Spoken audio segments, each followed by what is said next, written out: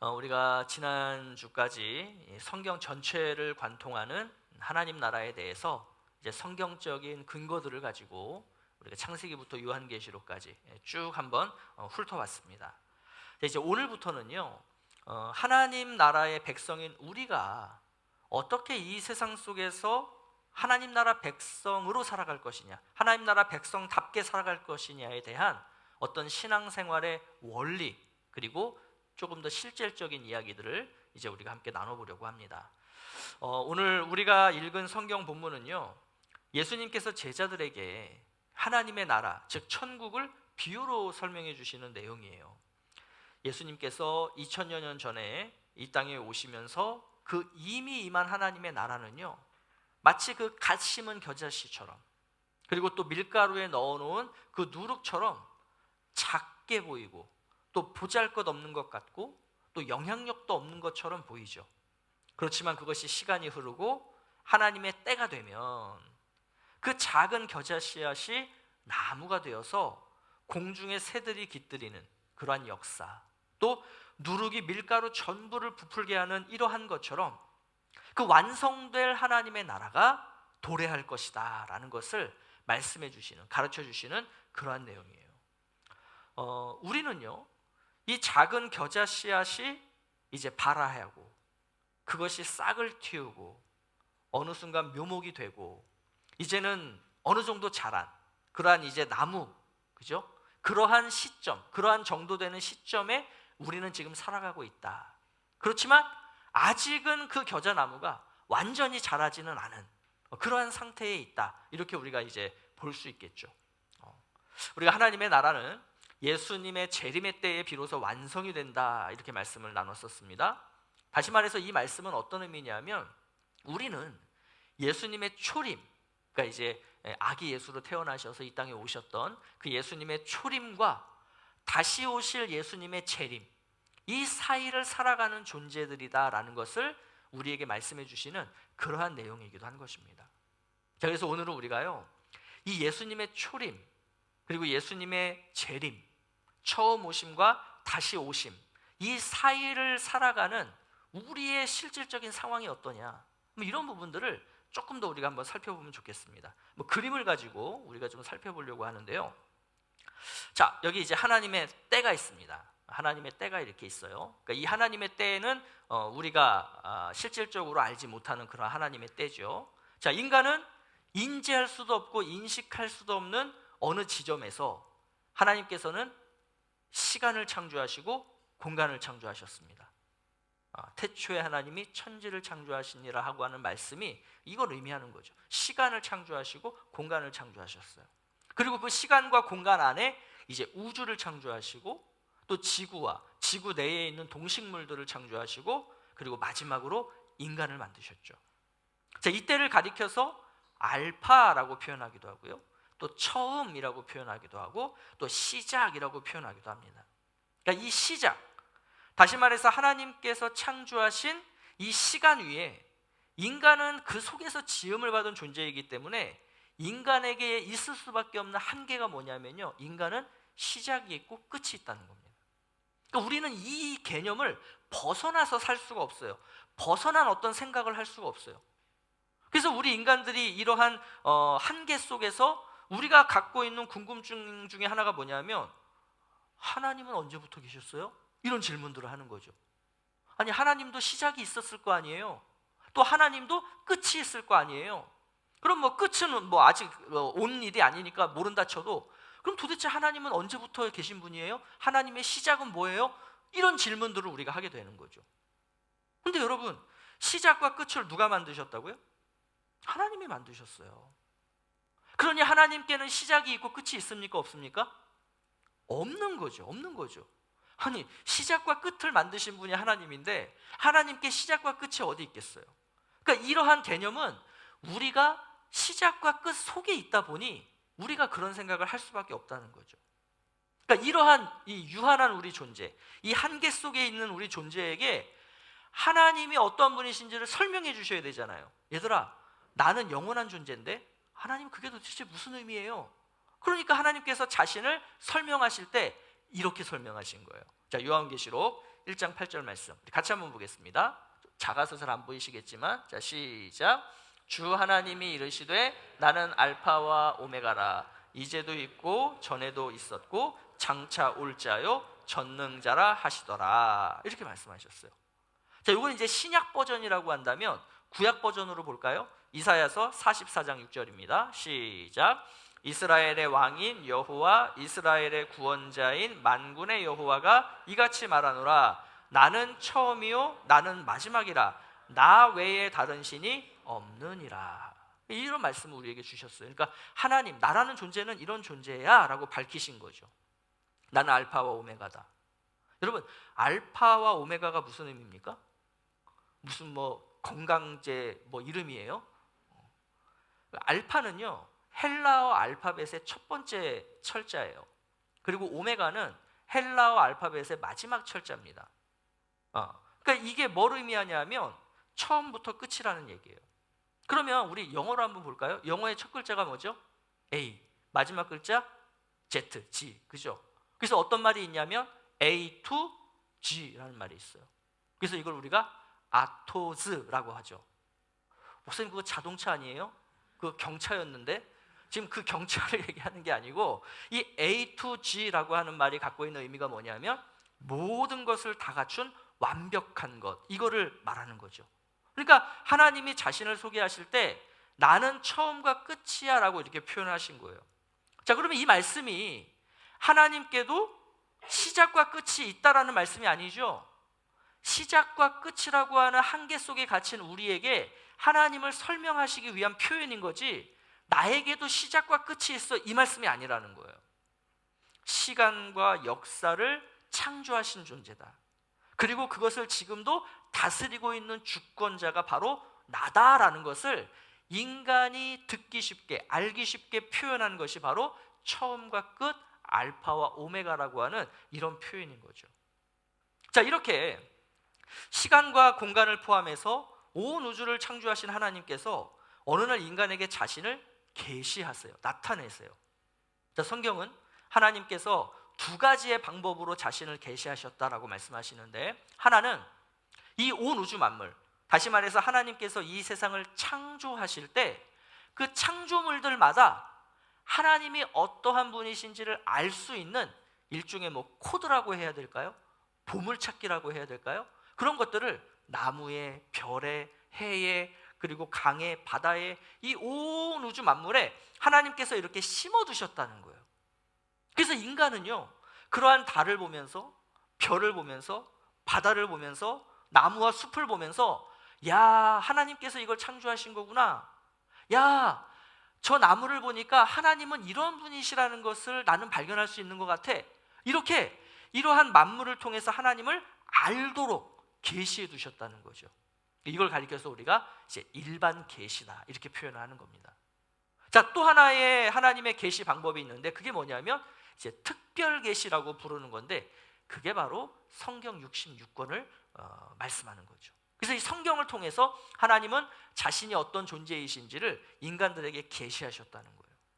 근데 어느 날 이 아담과 하와가 선악과를 따먹음으로써 인간은 죄를 짓게 되고, 그러면서 생겨난 죄의 결과가 뭐냐? 영원한 죽음에 빠지게 되었다는 거예요. 그래서 이때부터 인간은 죄와 사단의 권세 아래 놓여서 살아가게 됩니다. 그래서 이 죄의 현상으로 나타나는 것들이 뭐냐? 그게 이제 죽음이라던가 또 질병이라던가 그 외에 기타 우리의 삶 가운데 나타나는 모든 악한 현상들이 이래서 나타나게 되는 거죠. 그러니까 이런 현상들을 통해서 우리는 뭘 깨닫느냐? 아, 우리가 죄의 다스림 아래 있구나. 우리가 사단의 다스림 아래 있구나. 우리가 죽음의 다스림 아래 있구나를 우리는 이래 여기서 보게 되는 거예요. 그렇지만 우리가 지난 시간에 살펴봤던 것처럼 하나님께서는 아브라함을 통해서, 또 모세를 통해서, 또 이스라엘에게, 또 다윗에게, 또 그 수많은 선지자들을 통해서 이렇게 죄와 사망의 권세 아래 있던 인간들을 내가 구원할 거다, 너희들을 온전하게 회복시킬 거다라는 것을 약속하시며 거듭거듭 말씀하셨죠. 특별히 이 다윗의 자손을 내가 메시아로 너희들에게 보내주겠다라고 약속하셨어요. 그래서 여러분, 이 구약시대 때 사람들은 어떤 믿음을 가지고 있는 겁니까? 하나님께서 보내주실 메시아를 믿음으로 바라보고 소망하는 그 믿음이죠. 오실 메시아를 기다리는 믿음, 이게 구약시대 성도들이 가지고 있었던 믿음이에요. 그리고 마침내 하나님께서 보내주시겠다라고 약속하셨던 메시아가 이 땅에 오십니다. 이게 바로 이제 예수 그리스도의 성육신 사건이라고 우리가 표현하기도 하고, 그러니까 초림, 처음 오심, 이렇게 이제 우리가 표현을 하죠. 그래서 하나님이신 예수님이 인간의 시간과 공간 속으로 들어오신 거예요. 자, 그래서 이 예수님의 이 땅에 오심을 기준으로 인간의 시간, 이 역사가 어떻게 나뉘게 돼요? BC와 AD로 나뉘게 되는 거죠. 자, 인간이신 예수님이 이 땅에 오심으로써 하나님의 나라가 이미 임했다라고 성경은 말씀합니다. 하나님의 나라가 이미 임했다. 그러니까 예수님이 이 땅에 오셔서 그 인류가 가지고 있었던 그 죄의 문제를 이제 본격적으로 해결해 나가시죠. 그래서 그 해결 방법이 뭐였어요? 하나님이신 예수님께서 그 죄인된 인간들의 모든 죄값을 하나님 앞에서 자신의 목숨값으로 대신 치르신 거죠. 하나님께서 창조하신 모든 인간의 죄를 대속하시기 위해서 이 땅에 오셨기 때문에 그 일을 행하신 거예요. 그리고 왜 예수님이 이 일을 행하셨느냐? 인간의 죄를 대속하려면요, 그 창조주 하나님께서 인간이 되시는 방법밖에 없는 거예요.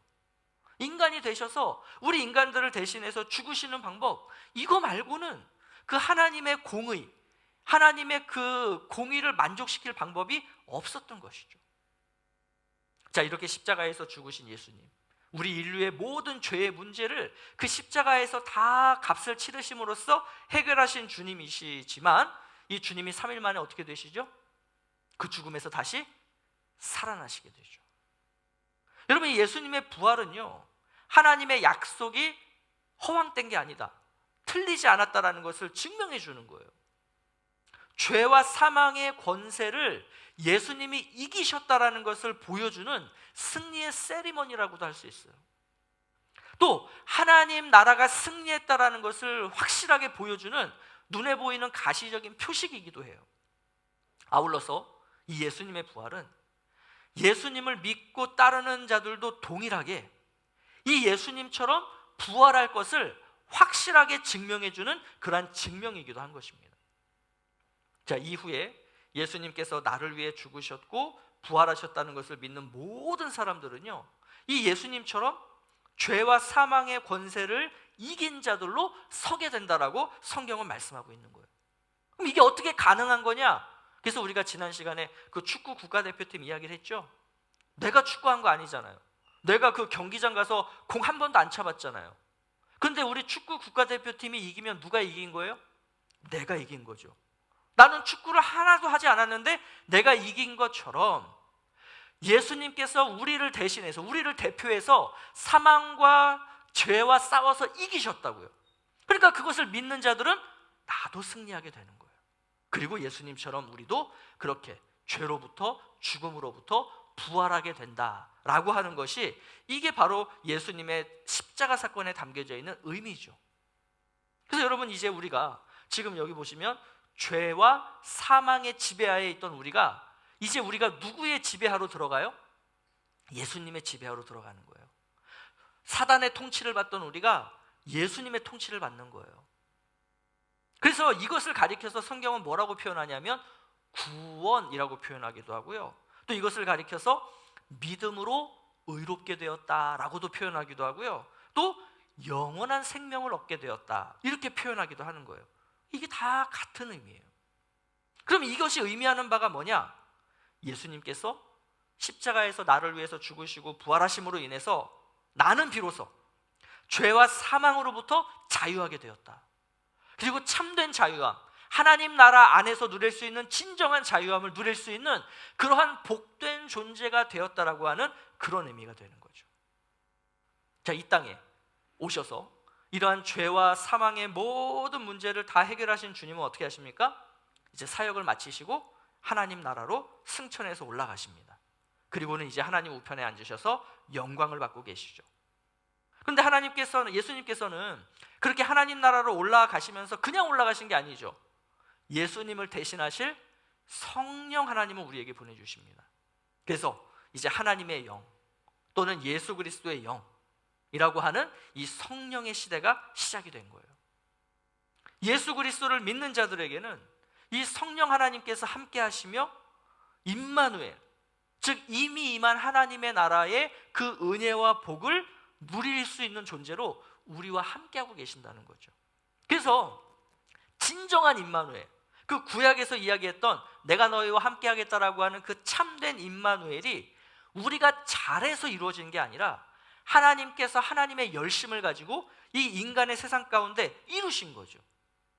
그래서 이 하나님 나라의 가장 대표적인 특징이라고 하는 이 임마누엘이 비로소 인류의 역사 속에 실현이 되게 된 겁니다. 자, 그렇지만 이렇게 예수님의 초림과 함께 임했던 하나님의 나라가 아직은 완성되지 않았어요. 아직은 완성되지 않았어요. 예수 그리스도께서 이 땅에 오심으로 이미 임했지만 아직 완성된 하나님 나라는 아니라는 거예요. 그러면 이 하나님 나라는 언제 완전해질까요? 언제 완성된 하나님 나라가 될까요? 그건 바로 예수님께서 이 땅에 재림하시는 날. 그때 완전한 하나님 나라로 우리는 비로소 들어가게 될 겁니다. 자, 더 정확하게 표현한다면 예수님께서는 심판주로 이 세상에 재림하셔서 예수님을 믿지 않은 죄인들은 심판을 하시고 심판받은 자들은 이제 지옥에 가게 되는 거죠. 자, 반면에 예수님을 믿는 자들은 어떻게 돼요? 그 재림하신 예수님과 함께 이제 승천해서 그 새로운 차원에 있는 완성된 하나님 나라, 완전한 하나님 나라로 들어가게 되는 거죠.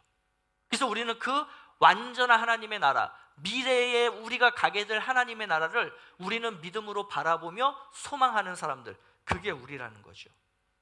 그리고 이때가 언제냐? 바로 오메가의 때예요. 이 세상의 역사, 시간과 끝이라고 하는 이 세상의 틀 속에서 이제는 끝에 도달하는 때가 바로 예수님의 재림의 때인 거죠. 그러면서 인간의 역사는 끝이 나게 될 것입니다. 자, 이 완전한 미래적 하나님 나라에는요, 어떤 곳일까요? 죄의 지배 아래 있었을 때 생겨났던 어떤 눈물이라던가 사망이라던가 아픔이라던가 곡함, 또 이런 것들을 야기시키는 어떤 우리 삶의 여러 가지 그러한 부정적이고 악한 요소들은요, 더 이상 존재하지 않는다는 거예요. 그리고 이곳에는 뭐만 있냐? 하나님의 영광과 승리와 권세와 능력과 지혜와 부요가 가득한 곳이죠. 그래서 여기로부터 비롯되는 그 엄청나고 놀라운 은혜와 복들이 늘 풍성한 곳이 바로 이 우리가 가게 될 완전한 하나님의 나라다라고 하는 것입니다. 자, 그러면 이제 성도님들, 여기서부터 이제 우리가 좀 생각을 해보죠. 이 그림을 우리가 이렇게 이제 개략적으로 그려봤는데, 그렇다면 지금 우리는요, 이 그림에서 볼 때 어디쯤에 있다라고 표시할 수 있을까요? 우리가 있는 곳은 어디쯤일까요? 그게 어디냐면 요쯤 되는 거예요. 요쯤. 우린 요 사이에 있어요. 이미 임한 하나님의 나라, 그렇지만 아직은 완성되지 않은 하나님 나라, 우리는 이 사이를 살아가고 있는 거예요. 즉 우리는 이 이미와 아직 사이에서 이미 임한 하나님의 나라를 맛보며 미래적 하나님의 나라를 소망하는 자들인 것이죠. 여러분, 우리 왜 마트 같은 데 가면은 시식 코너 있죠? 그 시식 코너에서 저녁 드시려고 하는 사람들 보시면 어때요? 되게 한심해 보이죠? 그런 것처럼 시식 코너는 뭐예요? 아, 이게 이런 맛이구나. 그러면 저 제품을 사면 이 맛을 더 풍성하게 느낄 수 있겠네. 이렇게 하는 게 시식이죠. 그런 것처럼 우리는 지금 이 땅에서 사는 동안 이미 임한 하나님의 나라를 맛볼 수 있다는 거예요. 누릴 수 있다는 거예요. 그걸 통해서 야, 그럼 앞으로 우리가 미래에 가게 될 그 완전한 하나님의 나라는 그럼 도대체 어떤 곳이야? 이게 진짜 풍성하고 늘 영원하게 내 삶 가운데서 누려진다는 얘기잖아. 이거를 우리는 이 땅에서 경험하며 살 수 있는 그런 존재라는 거죠. 자, 그런데 문제가 있어요. 어떤 문제가 있냐면, 예수님께서 이 땅에 임하시고 우리가 예수를 믿음으로써 우리는 신분상 이미 의인이 되었어요. 다시 말해서 이미 임한 하나님의 나라를 누릴 수 있는 존재가 되었어요. 그렇지만 아직 우리는 어떤 상태냐? 아직 상태적으로는 완전한 의인이 아니죠. 그죠? 자, 그러다 보니 이 이미와 아직 사이에서 우리가 이런 상태 속에서 겪게 되는 필연적인 긴장과 갈등이 있다는 거예요. 자, 이러한 긴장과 갈등으로 인해서 우리가 자주 겪게 되는 일종의 병치레라고 할까요? 그런 것들이 있는데 그게 뭐냐면 이런 거예요. 아니, 나는 예수를 믿는데 왜 이 모양이지? 나는 예수를 믿는다면서 왜 내 삶은 변하지가 않지? 왜 내 삶은 믿는 자 같지가 않지? 나는 예수를 믿는데 왜 내 신앙은 발전하고 전진하지 못하고 제자리인 것 같고, 아니 오히려 예전에 내가 뜨거울 때랑 비교하면 오히려 내 믿음은 더 퇴보한 것 같은 거. 그래서 과연 내가 구원받은 자가 맞나? 그게 아니라면 도대체 뭐가 문제지? 어떤 이런 고민과 갈등으로 인해서 그 삶에서 내가 구원받은 자로서의 어떤 기쁨, 감격, 자유, 은혜, 이런 거를 누리지 못하는 거죠. 이러한 부분들이 힘들고, 그래서 이 내 삶에 이러한 것들이 부정적인 영향을 미치는 이유가 뭐냐? 그것은 바로 내가 이 이미와 아직 사이를 살고 있다라는 이 개념을 우리가 명확하게 가지고 있지 못하기 때문이 아닐까라는 우리 스스로의 진단을 해볼 수 있다는 거예요. 그래서 내가 신분상으로는 이미 의인이지만 상태적으로는 아직 죄인이다라고 하는 이 상황은요, 여러분 이거는 필연적인 거예요. 그러니까 변하지 않는 거예요. 예수님이 다시 오셔야만 우리는 비로소 완전한 의인이 되는 겁니다. 아직 상태적으로 우리는 의인이 아니에요. 자, 그러면 왜 우리는 신분상으로는 이미 의인인데 왜 우리는 상태적으로 아직도 죄인이냐? 그 이유가 뭐냐? 이유가 있어요. 자, 우리가 한 3가지 정도로 찾아볼 수 있는데, 자, 첫 번째는요, 여전히 이 세상 가운데에서 활동하고 있는 사탄의 존재 때문입니다. 예수님께서 십자가에서 죽으셨지만, 그리고 부활하심으로써 그 사단과의 영적 전쟁에서 이미 승리하셨어요. 이미. 그렇지만 이 사단은 폐잔병처럼 남아서 아직도 활동하고 있어요. 아직도. 그러니까 우리는 이 이미와 아직 사이에 살고 있다는 거예요. 예수님께서 심판주로 이 땅에 다시 오시면 그 예수를 믿지 않는 자들과 함께 이 사탄도 어떻게 된다라고 성경이 말씀하나요? 같이 지옥에 떨어지게 될 것이다, 이렇게 말씀하시죠. 그렇지만 그때까지, 예수님이 다시 이 땅에 오시는 그때까지는 아직 이 세상에 남아서 이 사단이 우리를 미혹하고 넘어뜨리려고 하고 있다는 거예요. 그래서 우리가 상태적으로 여전히 의인답지 못한 것들이 있는 거죠.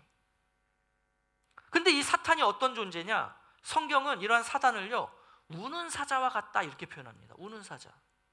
그러니까 끊임없이 우리에게 하나님 나라의 가치가 아니라 그 세상의 가치를 따라 살도록 겁을 주고 있다는 거예요. 그래서 돈, 명예, 권력, 과학, 철학, 이데올로기, 이제 오늘날 또 우리 삶에 깊숙하게 들어와서 영향을 미치는 게 뭐냐? AI.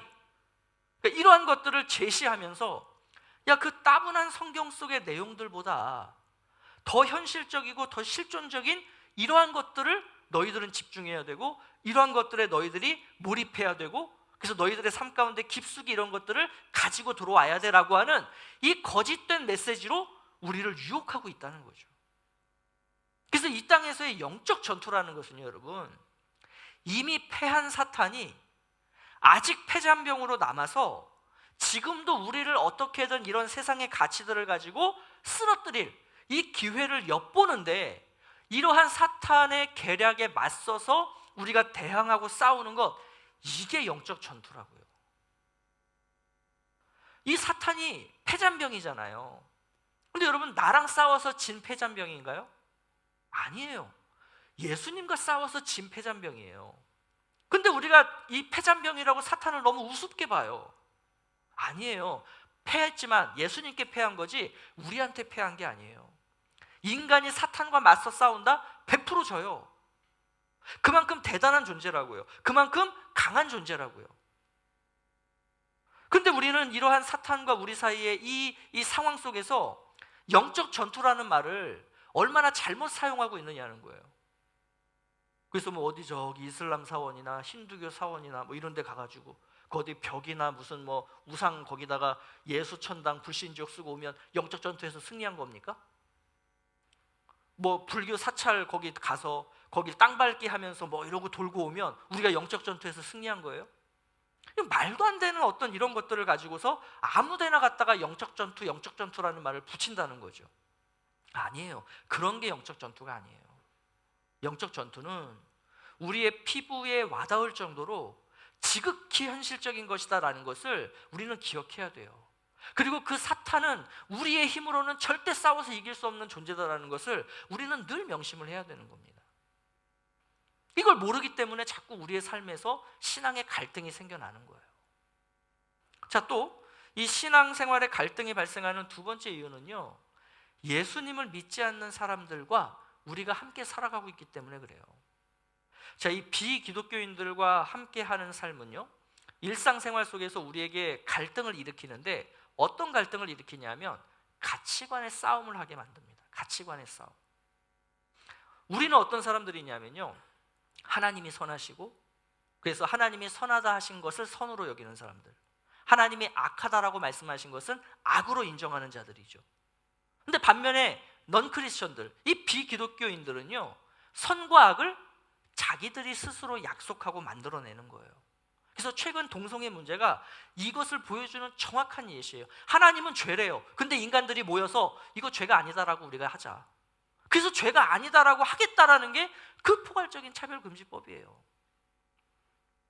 또 우리는요, 우리의 인생이 하나님의 것이다라고 믿죠. 반면에 하나님의 다스림을 받지 않는 이 세상에 속한 비기독교인들은 인생이 나의 것이라고 믿기 때문에 내 마음대로, 내 소견에 오른 대로 살아가는 거예요. 그러니까 이러한 사람들과 우리가 더불어 살아가다 보니 영향을 받는 거죠. 그리고 자꾸 같이 저울질을 하는 거예요. 한번 생각을 해보죠, 여러분들. 그러면 이런 상황 속에서 우리가 이제 하게 되는 어떤 모습들이 뭐냐면, 자, 이 세상에 속한 사람들은 그러니까 죄가 이 땅에 들어오면서 이 세상에 일으킨 변화가 뭐냐면, 세상이 우리에게 일하는 만큼의 대가를 주지 않아요. 그러니까 이걸 다른 말로 한정된 자원과 한정된 부를 세상은 이제 보유하고 있다는 거죠. 그러면 세상에 속한 사람들은 왜 힘을 필요로 하느냐? 한정된 자원과 부를 내가 더 많이 가져와야 되잖아요. 그죠? 이 과정에서 힘이 필요한 거예요. 능력이 필요한 거예요. 그래서 왜 세상 사람들이 스펙을 쌓습니까? 왜 여러 가지 그런 자격증들을 왜 따요? 또 왜 좋은 곳에 좋은 대학 가려고 하고 왜 그런 것들을 왜 해요? 사람들과의 싸움에서, 생존 경쟁에서 내가 더 많이 확보하기 위해서. 그죠? 그래서 세상은요, 이러한 치열한 경쟁을 통해서 남의 것을 빼앗는 것을 뭐라고 표현합니까? 이걸 이제 능력이라고 표현하는 거예요. 그래서 당신은 얼마나 능력 있는 사람이냐? 다시 말해서 이 치열한 경쟁 사회 속에서 얼마나 우리 회사를 위해 많은 것들을 뺏어오느냐, 이게 능력이라고요. 그래서 그런 사람들에게 연봉을 많이 준다고요. 반면에 우리는 하나님이 우리의 힘이다라고 믿죠. 하나님이 우리의 능력이라고 믿죠. 그래서 우리가 세상에서 왜 우리가 스펙을 쌓습니까? 목사님 연봉 많이 받으려면 스펙 쌓아야죠. 왜 우리 애들을 좋은 대학에 보내려고 하세요? 목사님 우리 애가 좋은 대학 가야 나중에 또 대기업에 취업하고 아니면 뭔가 의사 되고 변호사 되고 그러려면은 좋은 대학 가야죠. 세상 사람들하고 똑같다고요. 아니죠. 우리는 왜 스펙을 쌓아요? 그 치열한 경쟁이 이루어지는 그 세상 속에서 하나님 나라 가치를 쌓아야 되잖아요. 하나님 나라의 문화를 만들어야 되잖아요. 그 정의와 공평이라고 하는 하나님 나라를 실현해야 되잖아요. 그래서 이미 임한 하나님 나라, 그 속에 들어가서 누릴 수 있는 그 참된 평안을 나만 누리는 게 아니라 세상의 사람들도 누리도록 해줘야 되잖아요. 근데 그 일을 하려면 나에게 영향력이 있어야 되잖아요. 그래서 우리는 스펙을 쌓는 거예요. 그래서 우리는 우리 아이들을 좋은 대학에 보내야 되는 거예요. 그런데 우리가 이렇게 하나님의 기준에 따라서 잘 살면 좋은데 그렇지 못하죠. 그래서 우리가 갈등하는 거잖아요. 나도 세상 사람과 똑같네. 그럼 왜 우리는 세상 사람과 똑같을까요? 왜 비기독교인들이나 우리나 차이가 없을까요? 비교하기 때문에. 세상의 가치와 하나님 나라의 가치를 저울질하기 때문이에요. 아니 세상 사람들과 우리는 완전히 다른데 그 다른 존재가 서로를 비교하고 있으니 문제가 생기지 않을 수가 없죠. 여러분 한번 생각해 보세요. 지나가는데 예쁘게 생긴 강아지 한 마리가 닭고기를 먹고 있어요. 근데 나는 지금 돈이 없어서 치킨을 못 사 먹어요. 그래서 나를 그 개랑 비교하는 거죠. 저 강아지는 정말 저렇게 맛있는 닭고기를 먹고 있는데 나는 이 돈도 없어갖고 치킨도 못 먹는 나의 인생 너무 불행해. 나는 뭐지? 나는 저 개만도 못한가 봐. 이러면서 내가 인간으로서의 그 좋은 것을 누리려고 하기보단 자꾸 개랑 나를 비교하면서 자꾸 나를 개 취급하는 거죠. 그럼 여러분들은 그런 사람을 볼 때, 야, 저 사람은 진짜 실존주의적인 사람이구나. 야, 저 사람은 자신이 어떤 사람인지를 철학적으로 분명하게 규명할 줄 아는 지식인이구나. 이렇게 평가하시겠어요? 얼마나 한심해 보여요. 야, 너 뭐 아무리 그래도 그렇지 네가 개랑 너를 비교하냐? 이러지 않으시겠어요? 하나님이 우리를 보실 때 그런다고요. 우리랑 비기독교인들은요, 물론 겉의 모습은 인간으로 똑같지만 완전히 다른 존재라고요. 근데 그런 존재랑 나를 자꾸 비교하면서 저 사람은 저렇게 부동산이 많은데 나는 뭐 지금도 전세 살아. 나는 불행한 것 같아. 저 사람은 저렇게 아이들을 좋은 대학 보냈는데 나는 우리 애는 지방대밖에 못 보냈어. 얘는 앞으로 뭐 먹고 살까? 왜 이러고 사냐는 거예요. 왜 자꾸 그 사람들과 우리를 비교하면서 나는 저 사람들보다 못해라고 하는 왜 이 열등감에 빠져서 왜 이미 임한 하나님의 나라의 그 은혜와 평안을 누리지 못하며 사냐는 거예요. 그러니 세상 속에 들어가서 하나님 나라의 정의와 공평을 이루는 삶을 살 수 있겠습니까? 없겠습니까?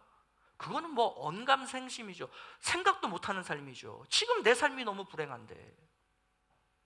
그러면 이게 바로 우리가 일상의 삶 가운데에서 신앙의 갈등을 겪는 이유라는 거예요.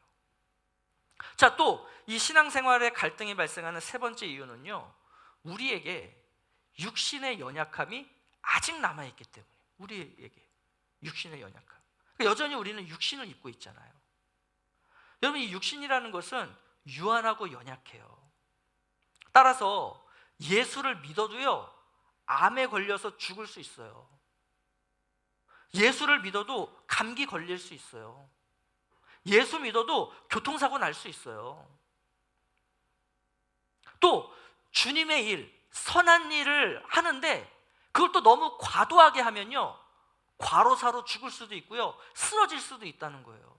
그게 우리 육신이 가지고 있는 연약함이에요. 무엇보다 우리 육신은요, 죄의 습성에 중독되어 있습니다. 그러니까 내 영혼은 이미 구원을 받아서 의인이 되었지만 육신은 여전히 죄의 습성에 중독되어 있다는 거예요. 그래서 술, 담배, 마약, 도박과 같은 이런 어떤 악한 요소들에 대한 중독은 말할 것도 없고요, 성, 운동, 식욕, 물욕, 이런 어떤 가치 중립적인 것들에 대해서도 우리가 너무나 지나치리 많지 몰두하다 보니까 그게 악한 중독으로 변질이 돼 있는 거죠. 그래서 사탄은 우리의 이런 육신의 연약함을 이용을 합니다. 이걸 가지고 우리를 꼬셔요. 그래서 우리로 하여금 주님으로부터 떠나도록, 거룩한 자리에서부터 떠나도록, 이미 임한 하나님 나라의 그 은혜를 누리지 못하도록 그렇게 사탄은 우리의 육신의 연약함을 이용하고 있다는 거죠. 그러니 우리는 어떤 생각하는 거예요? 그런 상황에서 크리스천답지 못한 내 모습을 보면서 끊임없는 신앙의 갈등을 하고 열등감과 자괴감에 빠져 살아가는 거죠. 그래서 술도 끊지 못하는 내가 무슨 성도야? 담배도 끊지 못하는 내가 무슨 성도야? 내가 지금 삶에서 남들 모르게 범하고 있는, 나만이 알고 있는 그 죄를 내가 지금도 끊어내지 못하고 있는데 내가 무슨 구원받은 자야? 라고 하는 생각이 나를 향하게 되면 그게 그릇된 죄책감이 되는 거죠. 그리고 그게 다른 사람을 향하게 되면 뭐가 돼요? 그게 이제 정죄가 되는 거예요. 아니, 저 사람은 담배를 피우면서 무슨 교회의 직분자라 그래. 저 사람은 지금도 술 먹고 다니는데 뭘 자기가 구원받은 자라 그래. 웃기고 있네. 이런 어떤 정죄를 우리가 왜 하느냐? 이래서 하는 거예요. 육신의 연약함 때문에. 그래서 사단은 이렇게 우리에게 이 잘못된 죄책감 또는 잘못된 정죄함을 갖게 해서 이미 임한 하나님 나라를 누리지 못하도록 만든다라는 것을 우리는 잘 알아야 한다는 겁니다.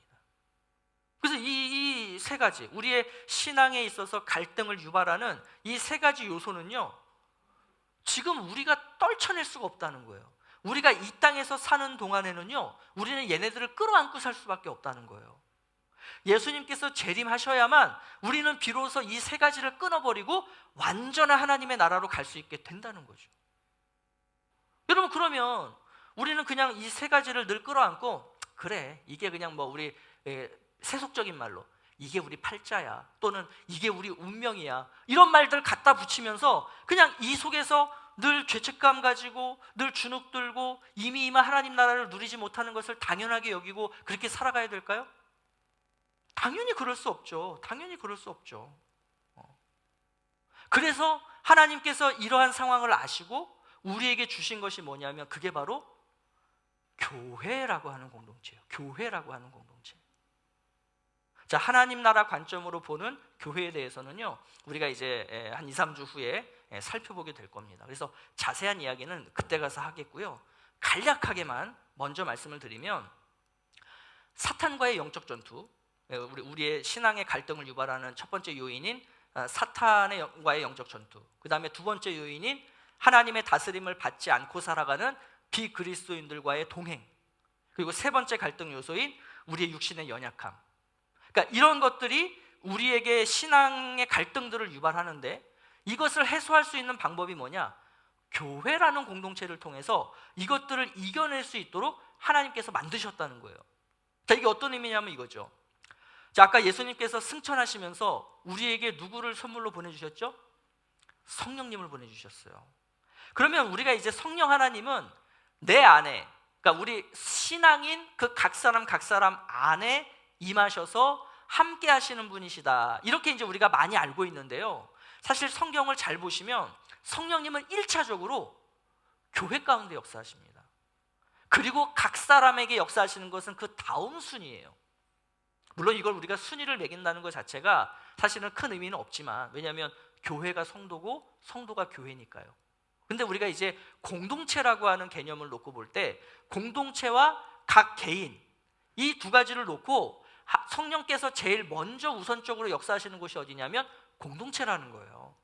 그래서 공동체를 통해서 그 성령 하나님의 역사가 개인의 거죠. 할 수 있는 거죠. 할 수 있는 거죠. 할 수 있는 거죠. 할 수 있는 거죠. 있는 거죠. 있는 거죠. 거죠. 따라서 우리는 교회를 통해서 이 문제들을 해결할 수 있다는 것을 알아야 되는 거예요. 자, 그러면 이게 교회를 통해서 어떻게 이 문제들이 해결이 될까요? 성령님은 교회를 통해서 사탄과의 영적 전투가 무엇인가를 분별할 수 있게 해주신다는 거죠. 그리고 그 전투에서 승리할 수 있도록 도우신다는 거예요. 아까도 말씀드렸죠. 우리는 사탄과 싸워서 이길 수 있는 확률이 0%예요. 반드시 집니다. 근데 왜 우리가 감히 사탄과 싸울 수 있느냐? 우리 안에 계신 성령님 때문이고 교회 때문인 거예요. 그래서 우리는 교회를 중심으로 성령 하나님의 역사하심 속에서 사탄과의 영적 전투 가운데 승리하는 삶을 살아갈 수 있는 거죠. 이 전투에서 승리할 때 우리가 비로소 뭘 누리는 겁니까? 이미 임한 하나님 나라를 누리게 되는 거예요. 또 성령께서는 이 교회를 통해서 우리가 비그리스도인들과 세상 속에서 더불어 살아갈 때 그리스도인으로서의 정체성을 갖고 살아갈 수 있도록 우리와 함께 하시며 도우신다는 거죠. 또 우리의 이 육체의 그릇된 습관들, 이러한 것들을 교회에서 진행하는 예배와 교육과 훈련들을 통해서 이 거룩하지 못한 것들을 거룩한 습관으로 바꿔갈 수 있도록 교회를 통해서 역사하신다는 거예요. 그러니까 이런 맥락에서 교회라고 하는 공동체가 무엇을 핵심 가치로 둬야 될 것인가, 또 교회는 어떤 비전을 가져야 되는가, 그래서 그 속에서 실질적으로 어떤 사역들을 우선순위로 놓고 진행할 것인가가 그러면 자연스럽게 나올 수밖에 없는 거죠. 그래서 여러분 생각해 보세요. 우리 청도하님 교회는 이러한 어떤 상황 속에서 바르게 지금 나아가고 있는가? 바른 사역들을 하고 있는가? 그래서 성도들에게 실질적으로 그러한 성령 하나님의 역사하심들을 우리가 경험하도록 하고 있는가? 이게 우리 안에서 끊임없이 이야기되고 나누어지고, 그래서 우리에게 부족한 것들을 채워가고 잘하고 있는 것들은 더 잘하도록 하고, 이러한 것들이 돼야 되는 거죠. 이제 말씀을 마무리하겠습니다. 자, 이미 임한 하나님 나라, 그렇지만 아직은 완성되지 않은 이 하나님 나라, 신분적으로 이미 의인이 된 우리, 그렇지만 상태적으로는 아직 죄인인 우리, 이미 승리한 사탄과의 영적 전쟁, 그렇지만 아직 끝나지 않은 사탄과의 영적 전투. 여러분, 이처럼 우리는 이 이미와 아직 사이의 긴장 상태 속에서 살아가는 그러한 존재들이라는 것이고요. 그렇기 때문에 우리는 얼마든지 이 신앙의 갈등들을 겪을 수 있다는 거예요. 따라서 신앙의 어떤 갈등이 생기는 것 자체를 가지고 그걸 여러분들이 힘들어하시면 그건 미련한 거예요. 그건 누구나가 다 그 갈등을 겪고 있는 거예요. 그래서 우리에게 필요한 건 뭐예요? 그 갈등 속에 있으면서 주눅들고 이미 임한 하나님 나라를 누리지 못하는 그러한 삶에 그냥 만족하며 살아가는 것이 아니라, 내가 이 상태에 머물러 있지 않겠다, 나는 하나님이 어떤 분이신지를 찾을 거고 내가 누구인가를 나는 발견하겠다, 그리고 이 세상 속에 들어가서 나는 당당하게 비기독교인들과 또 사탄과 부딪혀 싸우겠다라고 하는 것이죠. 그렇게 이루어지는 우리 삶의 모든 생활, 이걸 가리켜서 뭐라고 표현하냐면 이걸 신앙생활이라고 표현하는 거예요. 근데 많은 분들이 신앙생활을 뭐라고 생각하냐? 교회 출석하는 거, 또 성경 읽고 기도하는 거, 교회에서 봉사하는 거, 뭐 소그룹 모임, 구역 모임 하는 거, 어떤 교육과 훈련 프로그램에 참석하는 거, 이걸 자꾸 신앙생활이라고 생각하시는데 아니에요. 이거는 일부예요. 일부. 성령께서 교회를 통해서 우리에게 이러한 것들을 참여하게, 내가 기독교인이구나, 나 하나님의 자녀구나, 하나님의 백성이구나 라는 것을 우리가 안 후에 이걸 가지고 어디로 가야 됩니까? 세상으로 가는 거예요. 그 세상 속에서 그 사람들, 아직 주님을 알지 못하는 자들, 아직 기독교인이 아닌 자들, 아직 죄와 사망 아래에서 다스림을 받고 있는 그 사람들에게 하나님의 나라가 어떠한 곳인지를 보여주는 삶, 그들에게 하나님 나라의 정의와 공의가 실현됐을 때 어떤 일들이 나타나는가를 경험하도록 해주는 삶. 하나님 나라가 임해서 정의와 공의가 실현이 되면 평안을 누린다 그러죠. 이 평안이라고 하는 가치가 얼마나 높고 큰 것인지를 경험하도록 해주는 삶, 이게 우리가 살아가야 되는 신앙생활이라고요. 아무쪼록 우리가 이 이미와 아직 사이에서 산다는 것이 어떤 의미인가를 바로 알고, 지금 내가 있어야 할 곳이 어디인지를 알고 그곳에 있는 우리, 지금 내가 해야 할 것을 바로 알고 하는 우리, 또 지금 내가 준비해야 할 것들을 바르게 알고 준비해 갈 수 있는 그러한 저와 여러분이 될 수 있기를 예수 그리스도의 이름으로 축복합니다. 기도하겠습니다.